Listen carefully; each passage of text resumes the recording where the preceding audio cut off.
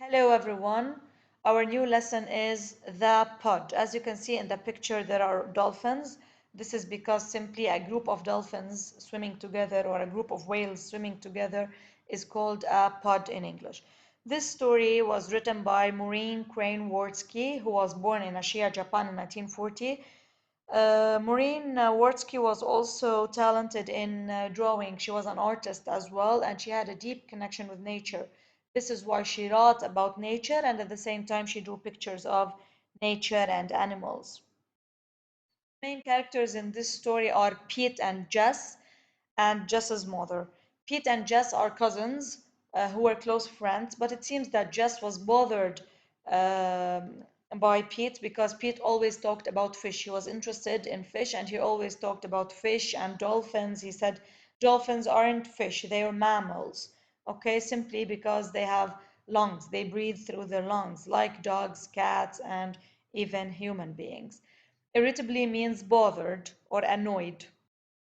As we read the story, we find out that Jess was a very professional soccer player before he had an accident when a man was driving a pickup and he jumped a red light and slammed into Jess's car and fractured his legs or broke his legs.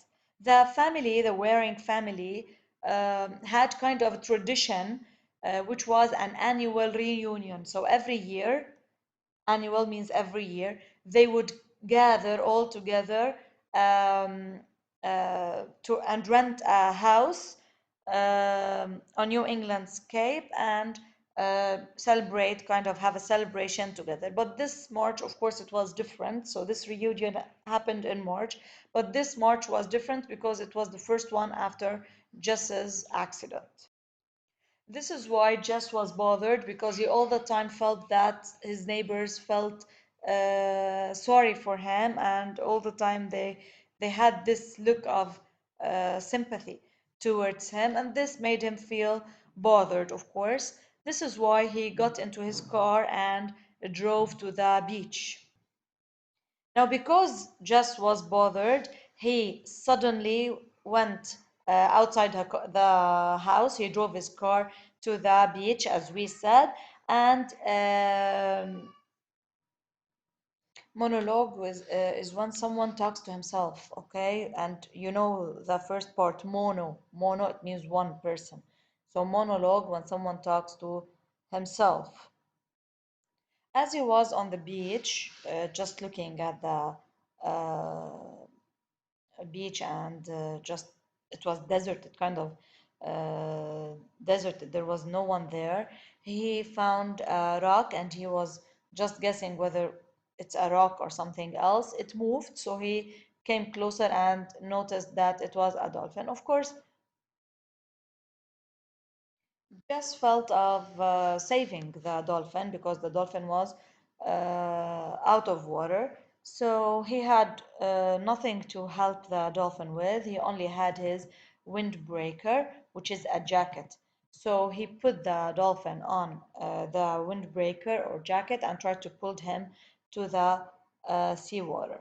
Of course, contraption here and carried that contraption down to the water. Here, contraption means it's like a device that carries things or a tool that carries things. But of course, it wasn't there. So he was thinking of having a contraption, but it wasn't there. He only found a windbreaker, as I told you. When the dolphin went back to water, at the beginning he was disoriented. He didn't know where to go. And here Jess remembers that Pete also told him about this. He told him that once you save a dolphin, he might be disoriented or whatever, but he didn't pay attention to that at that time. He yelped in dismay, in surprise. Okay, and then the dolphin finally went back to his pod. This is when Jess remembered his own family and he said, "My pod." So he wanted to go back to his pod in order to feel comfortable. So he learned at the end that staying with their family or with one's family is the most important thing, and this is the most thing that makes someone feel safe and secure. This is the lesson that he learned actually as Jess, and he wanted to teach us as readers.